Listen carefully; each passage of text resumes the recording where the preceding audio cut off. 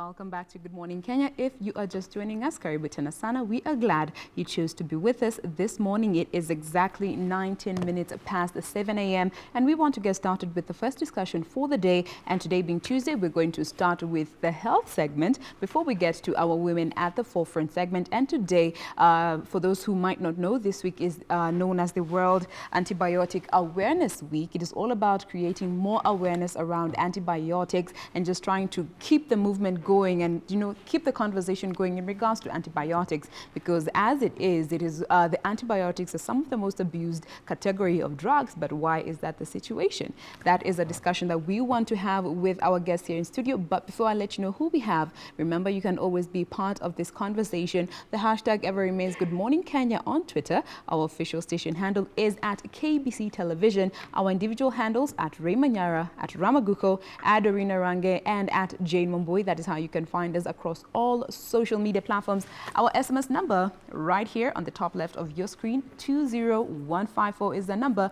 Leave a name and location as you send your message along, for that matter. And of course, our Facebook page, KBC Channel 1 TV, is how you can find us on Facebook. So to let you know who we have with us in studio this morning, we have Dr.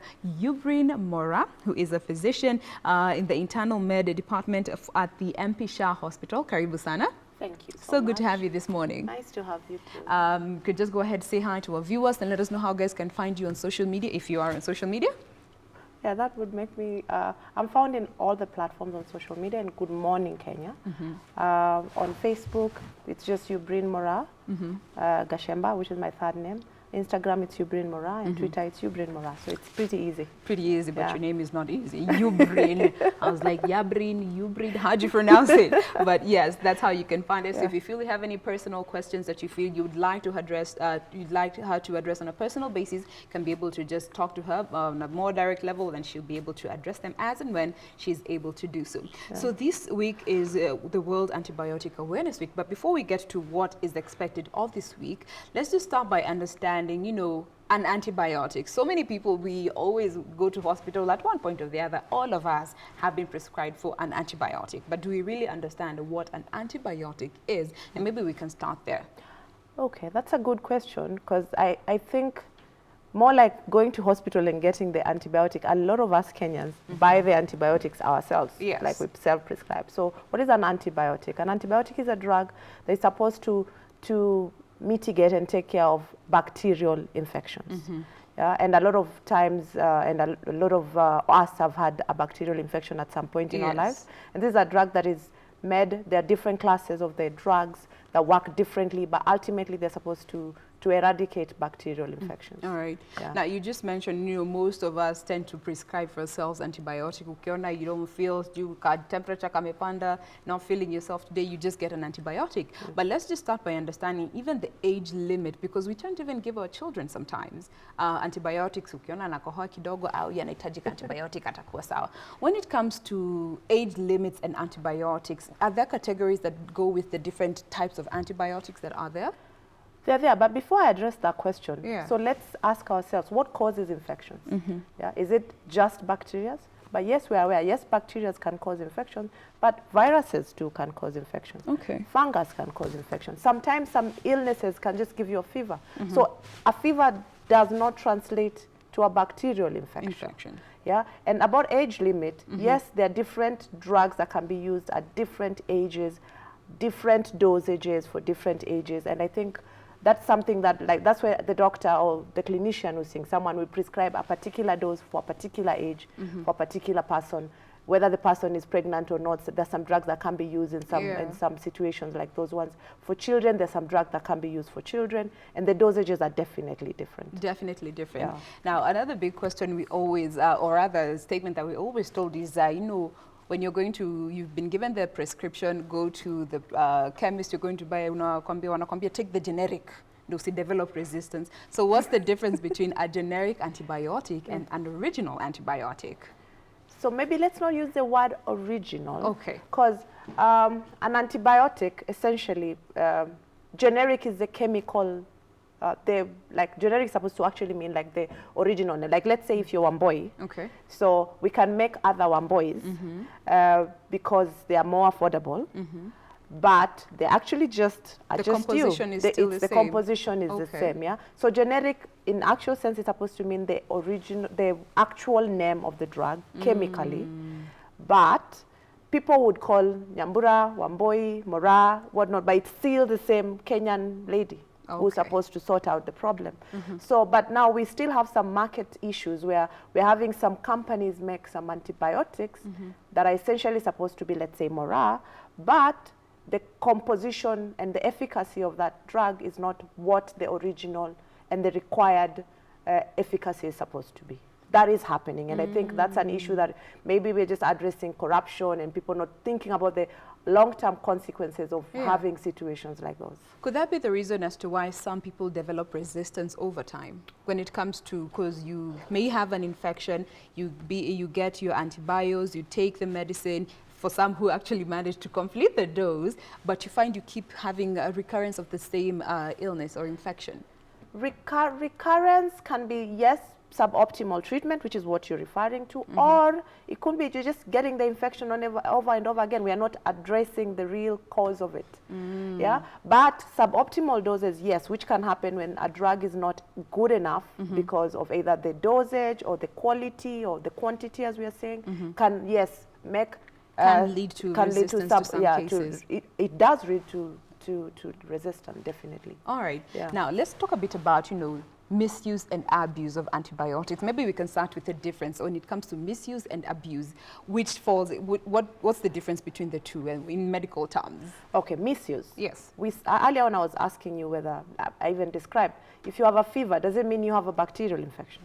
Do you know how many times as mothers and maybe sisters or brothers, we find someone with a fever and we go just buy an antibiotic for them? I used to do that with my baby. When she has a fever, you just give her paracetamol syrup when she was much younger, and you're like, she's good. Yeah, but do you get the antibiotic? No. Yeah, but now you see people just go and buy antibiotics, and it's unfortunate because in our pharmacies, and we are running them as businesses, and we are not considering, as I said, the profession itself. Not even the profession, long-term effects. It will not just be 2 years from now, but right now we are in the post-antibiotic era where we have a problem, and a significant number of people, up to 700,000 in the world currently, we are losing people because of bacterial infections that we can't treat because of resistance. So if people are not thinking of the long-term effect, are we isolating? Like someone was asking me the other day, if I take, let's say, an antibiotic, a particular one, no mentioning names, and then I take this antibiotic because I had a fever and I had a sore throat. What if that infection is caused by a virus? What are you doing? You're just killing bacteria, some of them, and some are learning how to evade that weapon. And essentially that's how resistance comes about. So because our bodies have normal bacteria, our stomach, there's a lot of, in the gut, there are a lot of healthy bacteria. But those healthy bacteria can change into superbugs. Or if you have a tiny infection, they can just learn to evade. It's like you're going to war and you're just going not well prepared. And then what happens? The enemy learns to evade you. And then that's now the infection that you actually... tactics. Exactly.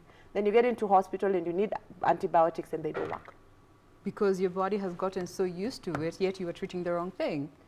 Or you're treating no bacteria, you're just treating a viral infection. And all with the time, with an antibiotic. And yet you needed an antiviral med. Yeah. All right. So that also is one of the, that is now misuse? It falls under misuse when you're using it for the wrong purpose? Yeah, for the wrong purpose. Okay. Yeah. Now, abuse on the other hand. Tell us a bit about that. So you are given a prescription of an antibiotic for 5 days, and you take it for 2 days and you feel good, and then you stop. So you don't complete the dose. Like let's say maybe you're taking an antibiotic that the duration is supposed to be 5 days or 7 days, whatever the time you're prescribed for, but you don't take for that duration. You take for 2 days and then you stop. Or you take today, you jump tomorrow, you take the next day, you jump tomorrow. So you're just giving room for the enemy to learn and to have the memory to evade that, or to get offspring that actually know, because bacteria reproduce, so they get offspring that know how to evade Moraa, for example, So that is abuse. Yes. I am guilty of that at one point or the other. I am sure even you out there, we always are given doses and you get to a point you're like, si nimeshasikia vizuri, niliruka jana, sijakunywa asubuhi, so nikikunywa saa hii, maybe You'll be fine. we always give ourselves excuse. But why is it that antibiotics are so misused and abused by so many people? There's another abuse, before I answer that question, that happens in the agricultural sector, where people are using antibiotics for the wrong reasons, to fatten animals, or to increase produce in terms of poultry farming or stuff like that. Yes. So they want to sell the biggest chicken and stuff like that. But now remember, this is going to go into our human system. So we are going to get the bacteria from that end that are really well prepared to fight the war. So that's another form of abuse. So that's why there needs to be a lot of collaboration between the human doctors and the veterinarian to try and see how can we then mitigate this. And even the agricultural sector, where they're actually using those antibiotics to increase produce. And that is happening. What are some of the known consequences of such, from an animal, it has been used on an animal for a different purpose. Now, what are some of the known consequences that have been, or at least that you know of or have encountered on the human body from such interaction? We are isolating superbugs. We are isolating bacteria that are so prepared for anything. And now we are seeing more infections in hospitals. We are seeing more deaths, more illnesses, more hospital stays, because in our environment, because you remember we are very interlinked ecosystem, we're having patients coming in, and at some point they're staying longer. So that's creating a very heavy burden on the health system. Or a lot of people are dying because we are not keen about how we use antibiotics. And so in the environment, we've isolated really, really resistant bugs. And that's why we are saying we're getting into this age where the era is really scary for healthcare providers. The antibiotics that are required to fight these bugs are very expensive, and a lot of us Kenyans can't afford them. Medical care is also another challenge.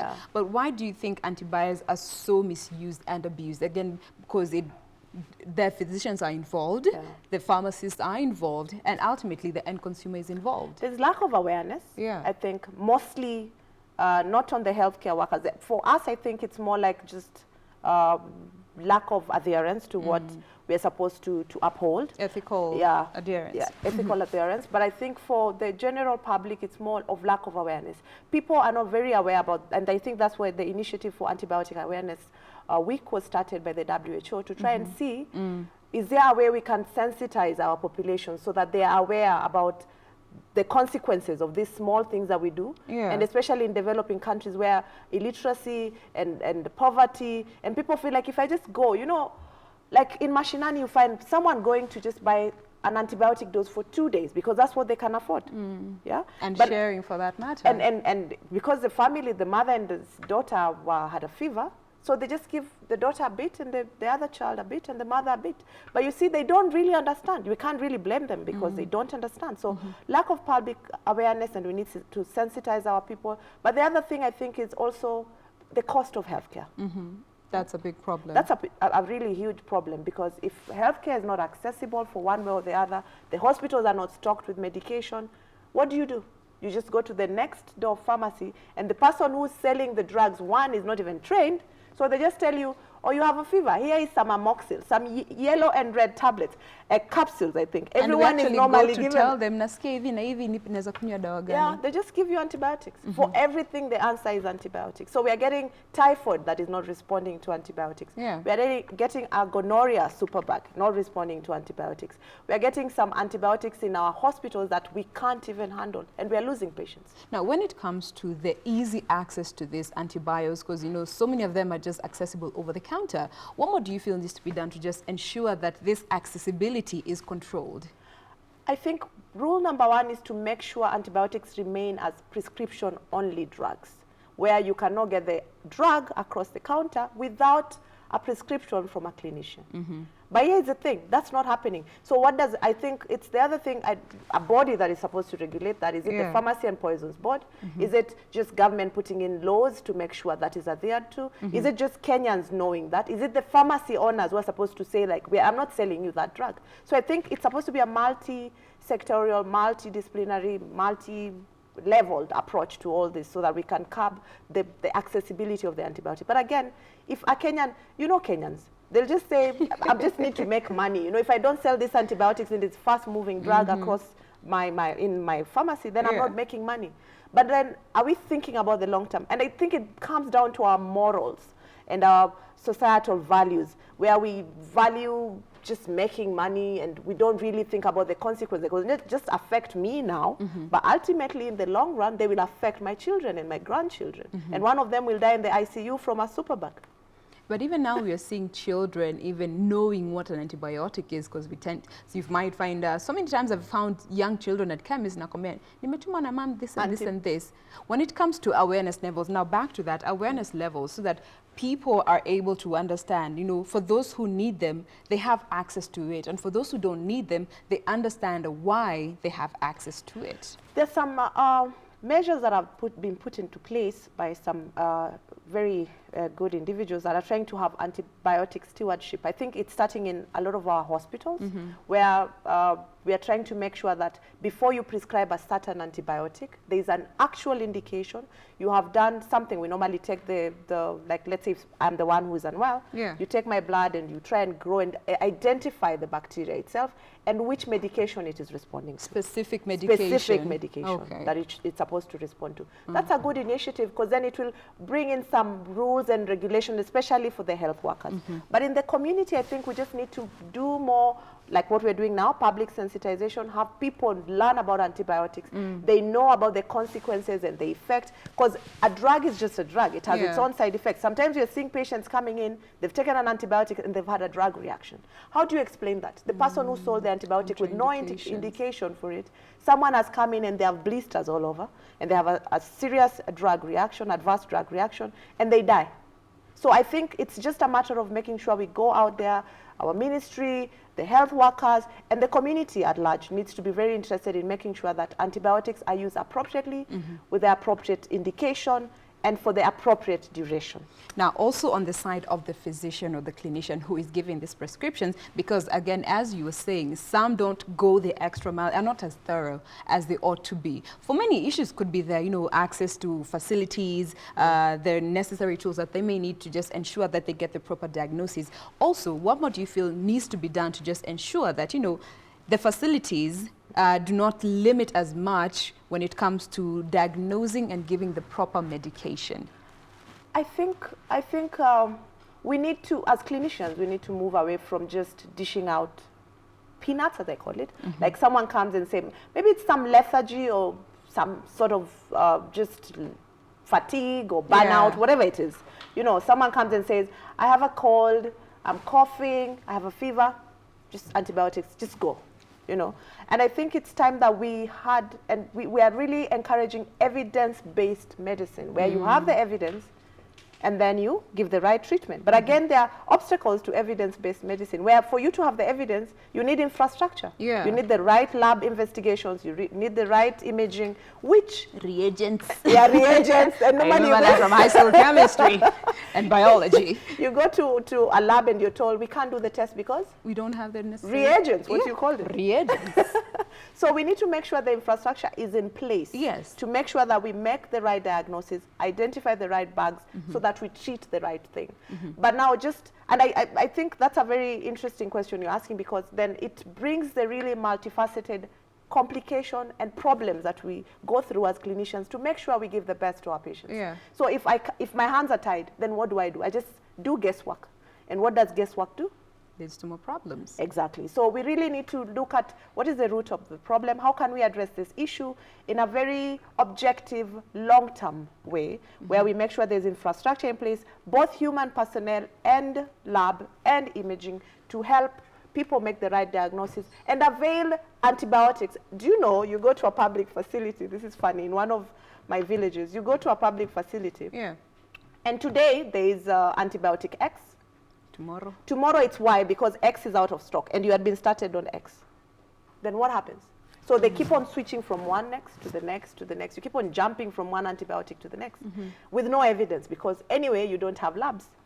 One, the imaging is not working or it's broken down. So it's just frustrating, and every health worker, I think, who is even listening to me knows the frustration that happens, you know. Now, with the development of health, has that even brought any assistance to the whole process of, especially when it comes to these antibiotic cases? Because, you know, there's some areas where antibiotics are needed more as opposed to some areas due to breakouts, weather conditions. So many issues can lead to, you know, different areas needing different assistance when it comes to the access to antibiotics. How has, you know, the development of the health sector gone in helping this whole process? Let me start with the good stuff. Yeah. I think for some areas where they've really taken the health sector seriously after devolution, they've really made sure there's availability of drugs. So you're finding some counties that are directly making sure that the hospital is well stocked with drugs, and they're really working towards making sure that infrastructure is in place. Yeah, and they make sure, like, when the health workers are going for trainings, they have antibiotic stewardship teams within the hospital. That is for some counties, and we can't count them. There are very few. I think the other counties need to take up the challenge and make sure that this is, because this is a public problem that is actually going to affect generations to come, and it's already affecting us. So the other counties that are not doing anything, which is most of them, they need to look into it to make sure, right from making sure every county hospital and sub-county and all, even the health dispensary, where there's actually a very nice hierarchy of how this works with the antibiotic stewardship team, to make sure it is following through, to make sure how antibiotics used, are they being used appropriately?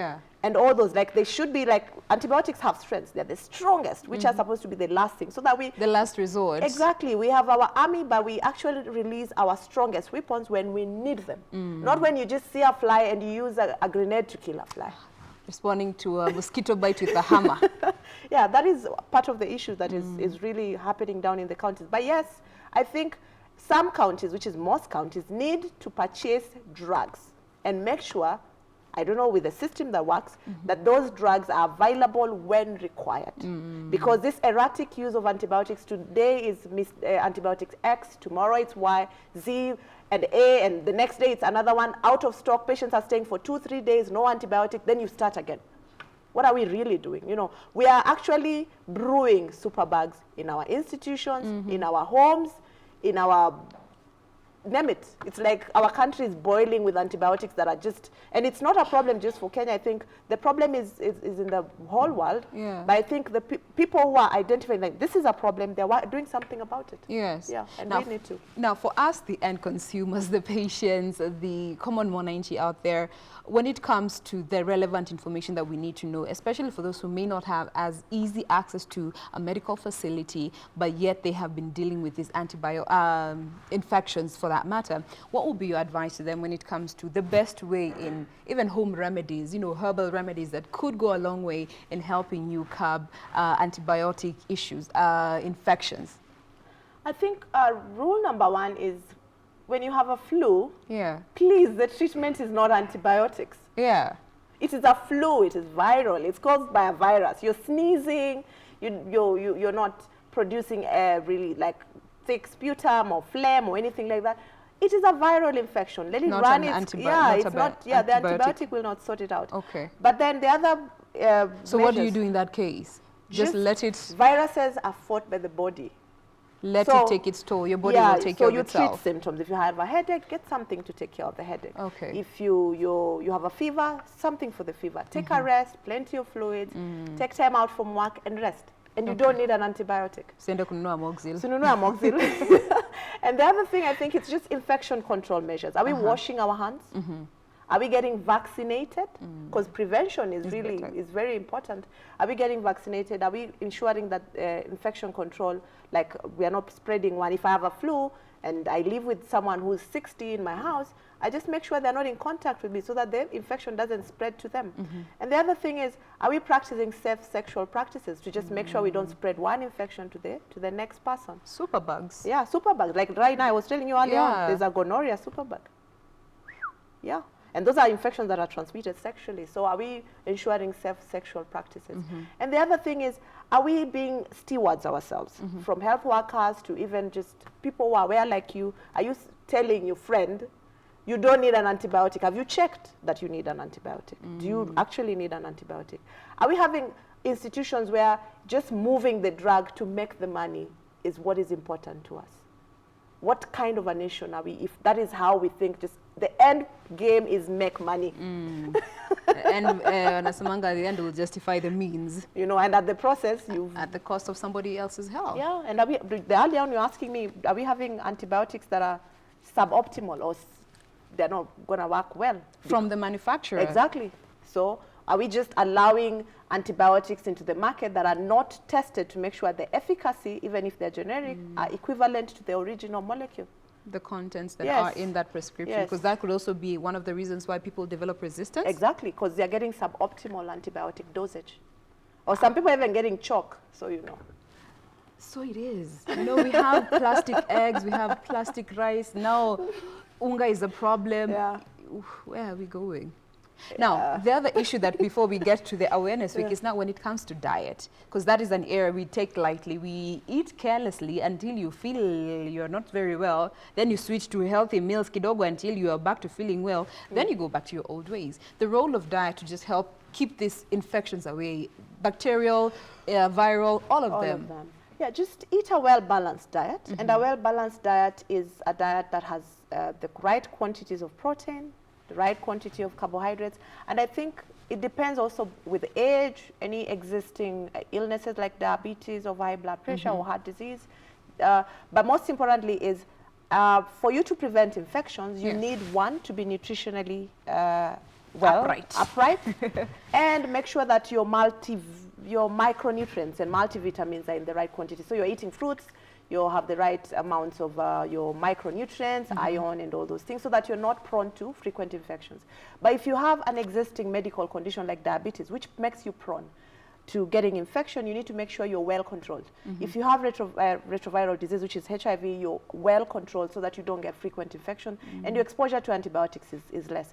Keeping a very healthy lifestyle where you're exercising, you're happy, you're not stressed, those are things that really make sure your immune is upbeat and you're not prone to get infections frequently. Those are like really long primary ways of making sure we control infections. Now, are supplements something that you would advise somebody who is just struggling to eat healthy as an alternative for? Supplements, if you have deficiencies. But really just taking supplements, in the medical world, we say it's just placebo. You know, like if you have the right... you're eating the right meals, right quantities, you're not having any deficiencies, you're good to go. You can get all the nutrients from the food you're eating. But if you have any deficiencies, like say if you have iron deficiency or whatnot, then you need supplements. But otherwise, just taking them because you want to make sure to maintain a healthy lifestyle. You can eat and you can have them. So we can't make it like a placebo effect where you're just taking your micronutrients and just buying, because that's a very booming business. Yeah. You know, where you just buy micronutrients and supplements because you think you need them. Just have them checked, and if you have any deficiency, they should be supplemented and looked at into why you're having those deficiencies, because a lot of times there's a reason why, and the reason needs to be addressed. So supplements are not meant to be an alternative for healthy eating, for a healthy diet. Yes. So if you're out there and you tend to do this just because you eat unhealthy, so you feel, let me take this vitamins to keep my system in check, that will not, it's not enough for the body. It's meant to supplement, not to be the source. Yeah, to be the source. All right. Now, let's now quickly come to this World Antibiotic Awareness Week. It will be happening all the way from, started happening from the 12th all the way to the 18th. And the theme for this year is handle with care. Antibiotics, handle with care. What power does this statement just have in itself? So much power. I think it summarizes everything we've said. Yeah. You know, it just says we should not just look at these drugs that we have the privilege of having. Like, you know, the first man who had invented antibiotic was called Alexander Fleming. He invented penicillin, the first antibiotic we have in history in the 18th century. And if we, over the years, we have moved from penicillin to very, very sophisticated antibiotics. And I think even if we would like to gloat in that and say we have really advanced, but our mistakes have made us move to that level. Right now we are going to the level where now we are going to start having antibiotics that are just directly targeting the DNA of going to the root of bacteria. But then those come with a very heavy cost on the patient or in the healthcare system of any country. But handle with care means, why are we here in the first place? Why are we at this point where now we are going into very DNA technology to try and get antibiotics to work. That essentially penicillin would have done the job, you know. So Handle with Care is a very nice summary on how, as Kenyans, as people in this world that care about our world and care about our generations, that we should handle these drugs with a lot of care, with a lot of compassion for the people who will come after us.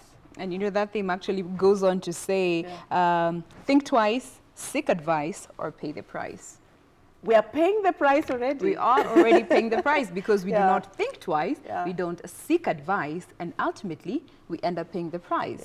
Now, for this week, what is it that you're hoping people can learn, at least from a very honest point of view as a physician? What is the impact that you're hoping this week will have on the general public? I hope, and I'm very glad that you brought this up and that you're celebrating with us on this Antibiotic Awareness Week. I feel that the one thing that I would like every Kenyan to take home today is, please stop going to the pharmacy and asking for antibiotics. Can we just go get a prescription? Yes.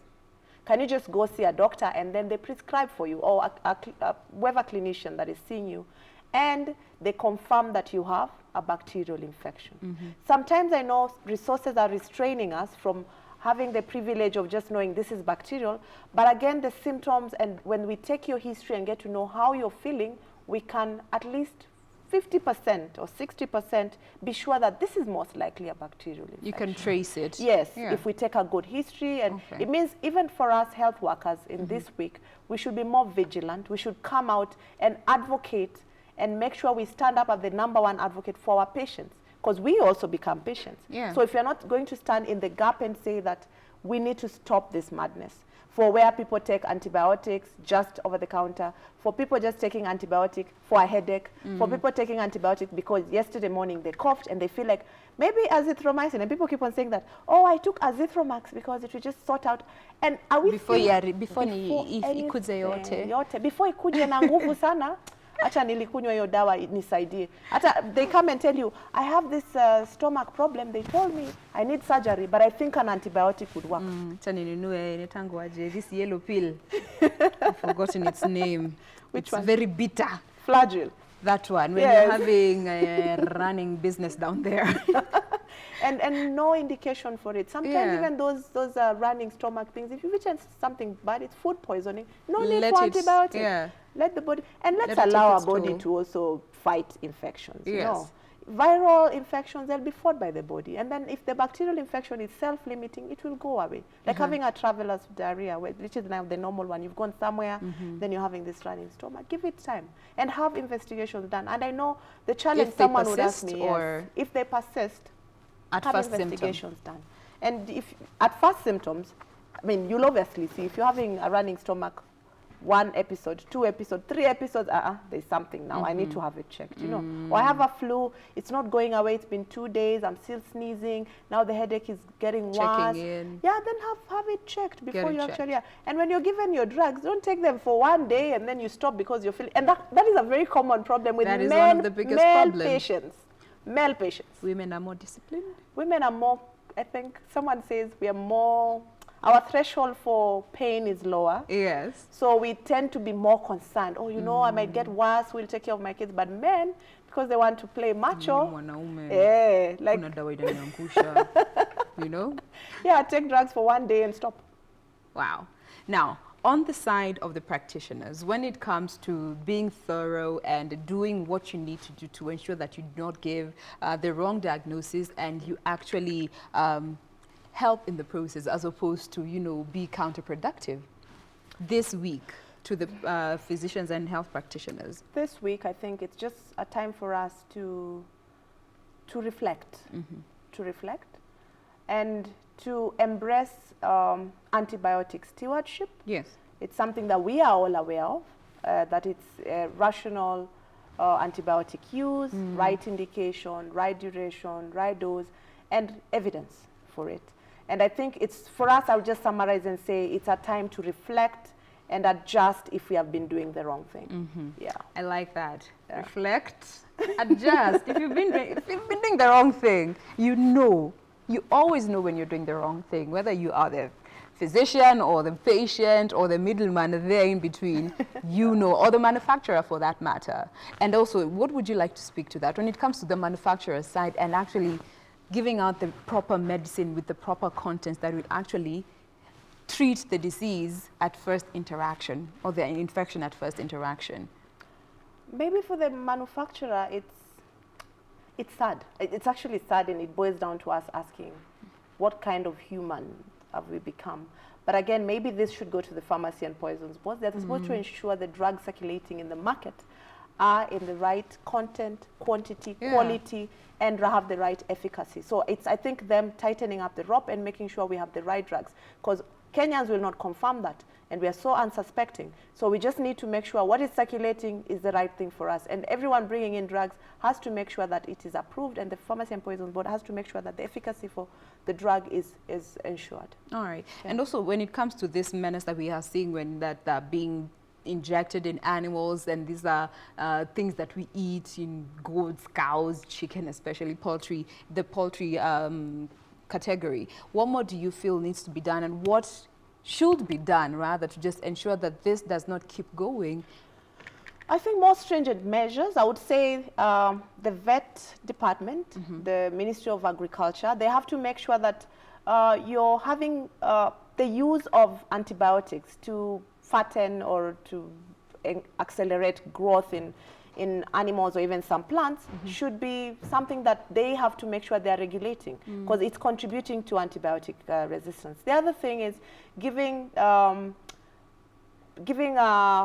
animals antibiotics to prevent diseases. That's something that I think happens a lot. And I think, I'm not really a vet, so I don't know how they go about it, but what I know is that the farmers use antibiotics, like they're preventing an infection on their animals.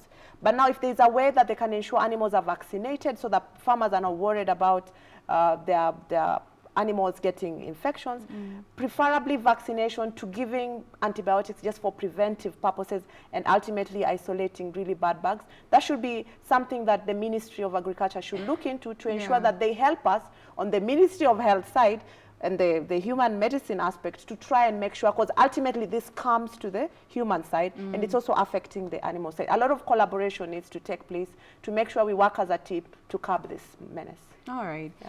I think that's that for that. You know, thank you so much for being with us this morning, just sharing with us this whole discussion around antibiotics. We still need to have more of this conversation to keep the awareness going, to just try and deal with the complacency that is there among the entire population. We all have a role to play, and we have to play it diligently, because at the end of the day, we'll just keep the cycle going. We'll keep the cycle going, and once it goes down to the DNA, you will pass it on to the next generation. But we don't want that. Because as is right now that we are resorting to medicine that will go down to the root of the DNA, but we shouldn't be doing that. So maybe your closing remarks in regards to antibiotics awareness week, and just the way moving forward. I think my summary would be pretty simple. Use an antibiotic if you need it, when you need it, for the duration that you need it, and make sure the indication is very clear. And let's all embrace this message and pass it across to our families, to our children, so that we are all stewards in this endeavor, and we make sure that we just have a healthier nation with less infections. All right. Remind us how guys can find you on social media once more. Okay, my Facebook is Yubrine Moraa. You can actually find Yubrine Moraa across all the platforms, even Twitter, Instagram, and Facebook. And you'll find me, Yubrine Moraa. All right. Yes. She is a Dr. Yubrine Moraa, physician, internal med at the Shah Hospital, just sharing with us her knowledge in regards to antibiotics. So we do hope you've learned a thing or two from this discussion, and you'll be able to take better steps and better measures and make wiser decisions when it comes to your use and access to these antibiotics. Let us stop abusing them, because we abuse them. We misuse them, and ultimately we pay the price. As the theme for this year, the World Antibiotics Awareness Week says, antibiotics, handle with care. And it further goes on to say, think twice, seek advice, or pay the price. We don't want to get to a point where we're paying the price, because the price is very heavy. it'll be on you. So let's just do what we can to avoid what we cannot. Thank you so much, Yubrine. Thank you We so appreciate much. your time this morning. Thank you so much for being with us. Thank you. Now, that's that for Health Tuesday, but do stay with us. We have our Women at the Forefront segment coming up in a bit. Keep talking to us. The hashtag is Good Morning Kenya on Twitter. SMS number 20154. Our Facebook page is KBC Channel 1 TV. Do stay with us. We'll be right back after this break.